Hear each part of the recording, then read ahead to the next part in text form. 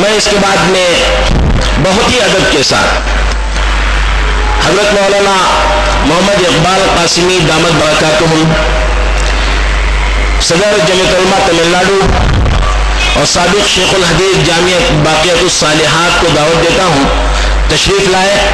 ہمارے جو اغراض و مقاصد ہیں، ہمارے اس اجلاس کے جو اہم ترین عناوین ہیں اس پر پرمغز روشنی ڈالیں. اور ہمارا پہلا جو مطالبہ ہے وہ مسلمانوں کو ان کی آبادی کے تناسب سے حکومت ہند کے تمام ہی شعبوں میں ان کی آبادی کے تناسب سے نمائندگی مسلمانوں کو ملے. اور دوسرا جو اہم ترین ہمارا مطالبہ ہے وہ یہ ہے کہ معصوم بے قصور مسلمانوں پر جو ظلم و زیادتی ہوتی ہے، پہلے ان پر ظلم و زیادتی کی جو شکل تھی وہ فسادات کے ذریعے سے تھی، اب اس کی شکلیں بدلتی جا رہی ہیں. ہم حکومت ہند سے اس بات کا مطالبہ کریں گے کہ ان بے قصور مسلمانوں کے کیریئر اور کیریکٹر کو جنہوں نے تباہ کیا ہے، جنہوں نے ان کو برباد کیا ہے، ان کو ان کی مناسب سزا ان کو ملنی چاہیے، ان کو معطل کرنا چاہیے.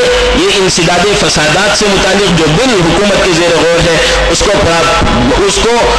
پورا کرنے کی، اس کو پاس کرانے کی کوشش کریں. اس کے یہ دو ہمارے جائز مطالبات ہیں جس کے لیے یہ اہم ترین اجلاس منعقد کیا گیا ہے. میں پھر دوبارہ حضرت مولانا محمد اقبال قاسمی دامت برکاتہم سے ادب درخواست کرتا ہوں تشریف لائیں اور اپنے رہنما خطوط سے اس اہم ترین اجلاس کو صحیح رخ دیں.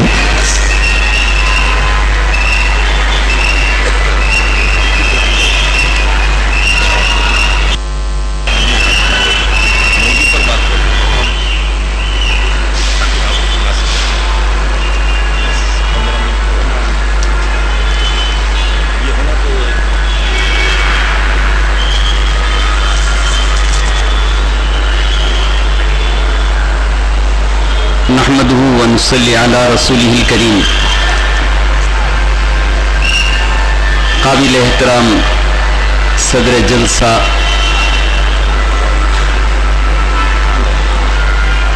ہمارے مہمانان خصوصی اور معزز علماء کرام،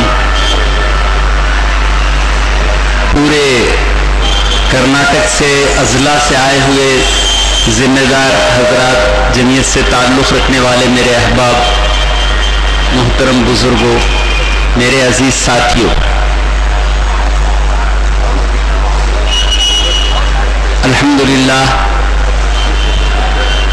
ایک بڑی فکر لے کر ہم یہاں جمع ہوئے ہیں. جب جمع ہوئے ہیں تو ہمیں بہت سنجیدگی کے ساتھ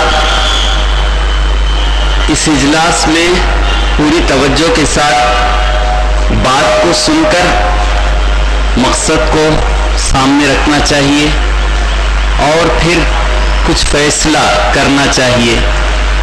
جو فیصلہ ہماری اجتماعی زندگی، ہماری سیاسی زندگی، سماجی زندگی کے لیے، ہمارے مستقبل کی تعمیر کے لیے مفید ہو، ایسا فیصلہ آپ لوگوں کو کرنا ہے جس کا اثر صرف اس صوبے پر نہیں، پورے ملک پر، حکومت کے ایوانوں پر ہمارے اس فیصلے کا اثر پڑے. ہمارے سامنے کچھ مسائل، ہمارے ضروری سلگتے مسائل ہمارے سامنے آئیں گے جو وقت کی ضرورت ہے. اس میں ہمارا کیا حصہ ہے، ہم کیا کردار ادا کر سکتے ہیں، یہ ہمیں یہاں پر بتایا جائے گا. آپ اور ہم مل کر کیا کر سکتے ہیں، کیا ہونا چاہیے، کس طرح ہمارے مطالبات کو مؤثر طریقے سے رکھا جائے، اس طرح کہ اس سے فائدہ ہو. صرف بیانات، جلسے، جلوس اور میڈیا میں تھوڑا سا کوئی تصویر آ گئی، کوئی عنوان لگ گیا اور بات ختم، مسلمان مطمئن ہو گیا، بھائی پیپر میں بات آ گئی، ایسا ہرگز نہیں ہونا چاہیے. بہت ضروری بات یہ ہے کہ ہم سنجیدہ ہوں اپنے مسائل میں. سنجیدہ ہونا بہت ضروری ہے. مسلمانوں کو متوجہ ہونا, اجتماعی زندگی سے جو ایک طرح کی ہماری غفلت ہے وہ دور ہونا ضروری ہے. اللہ کرے کہ یہ ہمارا اجلاس ہماری اس غفلت کو دور کرے, ہمارے متحد ہونے, ہماری آواز میں جان اور قوت پیدا کرنے میں یہ اجلاس اہم رول ادا کرے. یہ وقت کی بہت ضرورت ہے. میرے دوستو بزرگوں, سب سے پہلے مختصراً اس ملک میں ہماری حیثیت کیا ہے, ہماری سیاسی حیثیت کیا ہے, آئینی حیثیت کیا ہے, کچھ تاریخی حقائق کی روشنی میں اسے آپ حضرات کے سامنے رکھنا چاہتا ہوں. اگرچہ بہت لمبی تاریخ ہے, بہت لمبی تاریخ. ہندوستان میں مسلمانوں کی آمد ہو, یہاں ان کی حکومت اور سیاسی غلبہ ہو, یا آزادی کی لڑائی ہو, ہماری قربانیاں ہوں, بہت لمبی تاریخ ہے. لیکن میں اسے سمیٹتے ہوئے 3-4 بہت ہی اہم نکات, اہم باتوں کی طرف توجہ دلانا چاہتا ہوں, اور اس کی طرف سے بڑی ہماری غفلت ہے. پہلی بات میں یہ کہنا چاہوں گا کہ اللہ رب العزت نے اس دنیا کو آباد کیا تو حضرت آدم علیہ السلام کو اس سرزمین پر اتارنے کے لیے, اس زمین پر اتارنے کے لیے اسی ہندوستان کے جنوبی خطے کو اللہ نے منتخب کیا. حضرت آدم علیہ السلام ہندوستان کے جنوب میں ٹریونڈرم ہے, توتکوڑی ہے اور سری لنکا میں, یہ تینوں کے درمیان کا علاقہ جسے سراندیپ کہتے ہیں, پرانی تاریخوں میں اللہ نے اس علاقے کا انتخاب کیا. حضرت آدم علیہ السلام یہاں اترے. آدم علیہ السلام پہلے موحد, پہلے مسلمان اور پہلے نبی تھے. میرے دوستو بزرگوں, اللہ نے اس خطے میں اتارا. ہندوستان جو ہے اس کے شمال میں کوہ ہمالیہ ہے جہاں بہت زیادہ برف جمتی ہے, سب سے اونچی پہاڑی. جنوب میں بڑے بڑے سمندر, 3 سمندر ہیں, اور درمیان میں موسم ہندوستان کا ایسا ہے کہ زیادہ گرمی بھی ہے, صحرا کی گرمی بھی ہے, اور اسنو فال کی سردی بھی ہے, برف باری کی سردی بھی ہے. معتدل علاقہ جیسے ہمارا جنوب کا علاقہ ہے, نہ زیادہ سردی نہ زیادہ گرمی. اور پھل پھلالی کیا, فروٹس کیا, ترکاری کیا, سبزیاں کیا, دنیا میں کسی ملک میں اتنی سبزیاں نہیں ہیں اور اتنے قسم کے پرندے جانور نہیں ہیں. اللہ نے اس علاقے کو آدم علیہ السلام کے لیے منتخب کیا, سراندیپ میں اتارا. ساری تاریخوں میں حضرت ابن عباس رضی اللہ عنہ سے نقل کیا گیا ہے کہ حضرت آدم علیہ السلام کے لیے یہ خطہ انتخاب کیا گیا, اور حضرت آدم علیہ السلام کے پوتے اور اس کے بعد ان کی اولاد یہاں بس گئی. حابیل کا قصہ, قابل حابیل کا جو قصہ آپ قرآن میں پڑھتے ہیں وہ اسی سراندیپ کے علاقے میں ہوا. حابیل کے بعد تاریخ ہمیں نہیں ملتی, اس کے بعد تو انسانی آبادی پھیل گئی.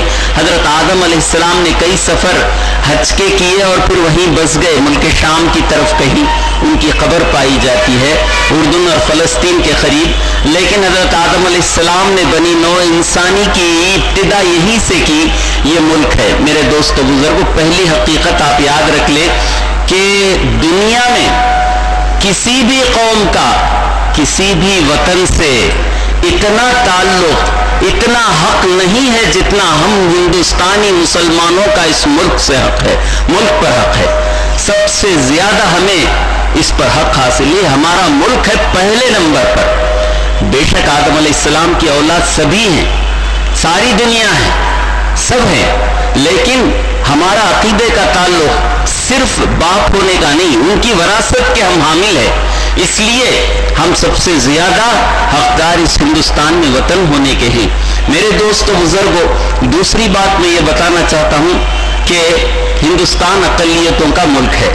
کچھ لوگ یہاں تھے جن کو کہا جاتا ہے ٹرائبلز بنا کر اور آدیواسی بنا کر ان کو پہاڑوں اور جنگلات کی طرف بھیج دیا گیا, جیسے ریڈ انڈینز ہیں امریکہ میں. تو یہ کہا جاتا ہے وہ اصلی باشندے ہیں ہندوستان کے. یہ بات غلط تاریخ بنائی گئی ہے.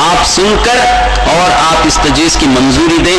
دوسرا جو ہے انسداد فرقہ وارانہ تشدد، دوسری ہے تجویز کا انسداد فساد. یہ چیزیں پارلیمنٹ میں بل آنا تھا، لیکن کیبنٹ میں یہ محسوس کیا گیا ان کی انٹیلیجنس کی رپورٹوں کے بنیاد پر کہ عام مسلمان اس سلسلے میں سنجیدہ نہیں ہے. یہ لیڈران اور یہ پارٹیاں مسلمانوں کی یہ آواز اٹھاتی ہیں، عام مسلمان کو اس کا احساس نہیں ہے. بڑے افسوس کی بات ہے کہ یہ ایک حقیقت بھی ہے. ریزرویشن یعنی تعلیم میں آگے بڑھنا، اس کا کوئی ہمیں احساس نہیں ہے. ہمارے ہزاروں بچے ہر ضلع میں، ہر صوبے میں ایسے ہیں جن کے ماں باپ 10 سال کے بعد 5ویں کلاس کے بعد ان کو روک لیتے ہیں کام کے لیے، ہو چائے دینے کے لیے، ڈرائیور لے کر کھڑے ہونے کے لیے، اور دکانوں میں اور یہاں وہاں کام کرنے کے لیے، کارخانوں میں چھوٹے بچوں کو لگا دیتے ہیں. میرے دوستو بزرگوں، میں اسے بیان کر نہیں سکتا. میں نے اپنی آنکھوں سے منظروں کو دیکھا ہے، بہت بڑا زخم ہے، میں اسے کھولنا نہیں چاہتا.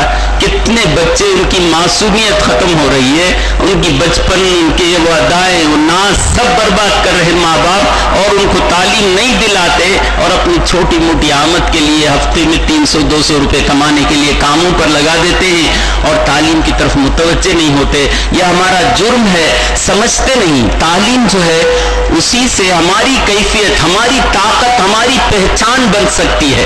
میرے دوستو بزرگوں، تعلیم میں پوری طرح جٹنا چاہیے ہر ماں باپ کو اپنی آمدنی اولاد کے لیے الگ کر کے، اور پھر ریزرویشن کے مطالبے میں جان پڑے گی. ورنہ صرف ریزرویشن کا مطالبہ کریں، 10th کے بعد کالجوں میں کہاں پہنچتے ہیں مسلمان، اور بڑے کالجوں میں تو پہنچتے ہی نہیں. ریزرویشن لے کر کیا کرے؟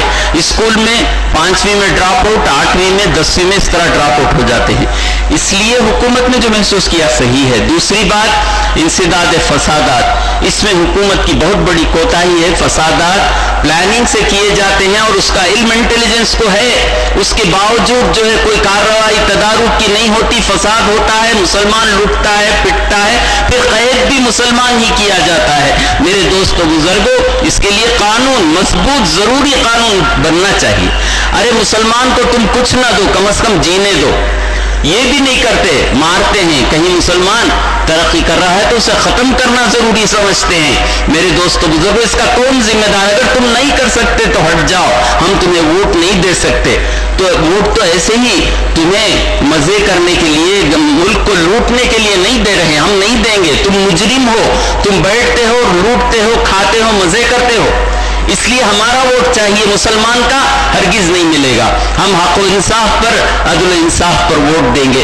اس کے علاوہ اور ہمارے تشخص وغیرہ کے بارے میں بڑی اچھی تجاویز ہیں. ہر تجویز کو آپ غور سے سنیں اور ہمارے علماء کرام کے خطابات کو غور سے سنیں. اللہ کے واسطے سنجیدہ ہوں اور ایسے مضبوط فیصلے کریں جس کا اثر اعلیٰ سطح تک، ایوان بالا تک پوری قوت سے پہنچے. وآخر دعوانا ان الحمدللہ رب العالمین.